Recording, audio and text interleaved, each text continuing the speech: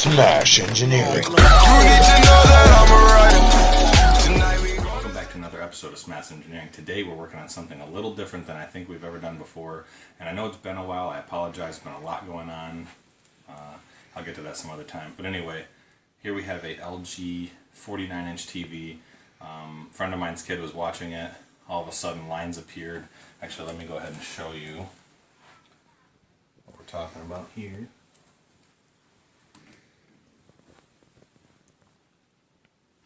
Or not. Oh, I didn't push the button. So, let me turn off the lights here. Okay, you can see with the light off, it's just got these lines in it. And it doesn't really do anything else. I haven't really hooked it into like an input and tried anything on it.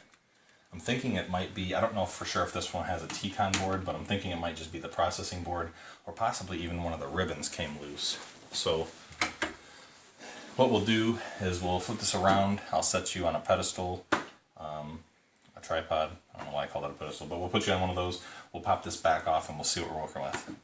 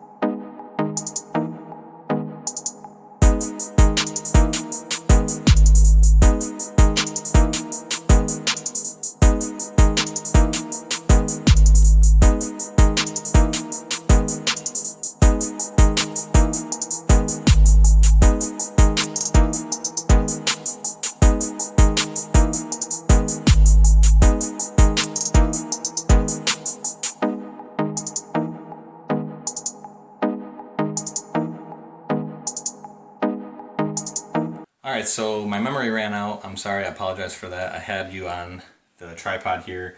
Basically, everything is sometimes simpler. You gotta go with, is it Occam's razor, I believe? Everything is, most things are the simpler solution. So I went through this. I checked the grounds at where the boards are mounted. There was a little bit of, I think from the factory, like a little bit of packing plastic underneath the ground here. So I unplugged both these cables and cleaned them off. Right here you just flip up this black piece and be very gentle on these cables, pull it out. Same thing over here, this is where the signal comes out and this is where it comes into the display. So I took those out, redid those, wiggled them, made sure they were clean. Rubbing alcohol and a Q-tip works great. And then same thing here. I pulled this board off to inspect both sides. If you have one of these exact models, there's nothing on the back side of this board. I'll save you that trouble now. This metal cover here is held on from the back side by little like plastic pop things. So don't try to pull it off from this side. You have to pull the board off and pop it off. But anyway, basically this side, there's nothing, everything you can see here is what's here. All your capacitors are over here, and this is one of the first things I would say to check for. And this is a big no-no. I do have it plugged into power right now, but I'm not going to touch anything. But just for I can show you, I already did show this once, but I didn't realize the camera had stopped. These are your capacitors. This is your large one, and you have multiple other smaller ones. And sometimes just these capacitors, the top will be swollen. The metallic part with the 3 different sections there will get swollen, and that means that it's bad or popped. So you can just change just that capacitor, but you can also look at this number, the part number on the board right there, and you can order just the board. I think the repair kit for this is like 120 bucks, but this being like right now anyway, this is like a $440 TV, I think. You can still get this TV new. It's like $440 on sale, I think, right now. So 130 bucks or whatever to replace these boards really wouldn't that be that big of a deal. But anyway, I wanted to show you, after I did that, I haven't replaced anything.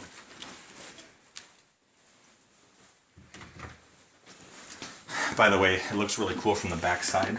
These are your backlighting lights. But anyway, we'll pick it up.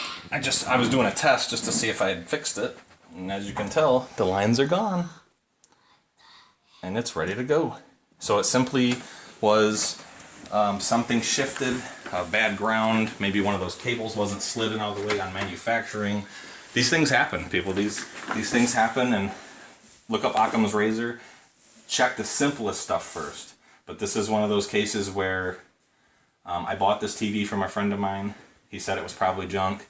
I thought maybe it'd make some cool content, and I thought I'd have to replace one of these boards or a capacitor, or that maybe the whole screen was bad. But in this case, we got lucky. I'm going to put these back together and got a brand new TV.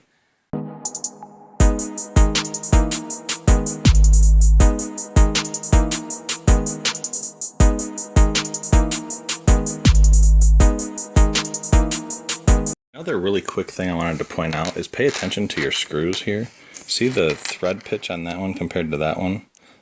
Pay attention to where they come out. I almost goofed, and I mean, I've done this a few times, so I know not to do this, but I don't want to have anyone that watches this learn the hard way. So if they look like that, chances are they're like they go into plastic, and you can see through the holes. I've already done, but you see like this one, that's a mounting hole to mount it to a stand, but you can see the metal behind it, so you would know that'd be a coarse thread, or I'm sorry, a fine thread, not a coarse thread. So another thing, just to not strip it out, a little trick I do, so get it lined up. Let's see if I can get it where you can see this. And turn the screw backwards till it pops.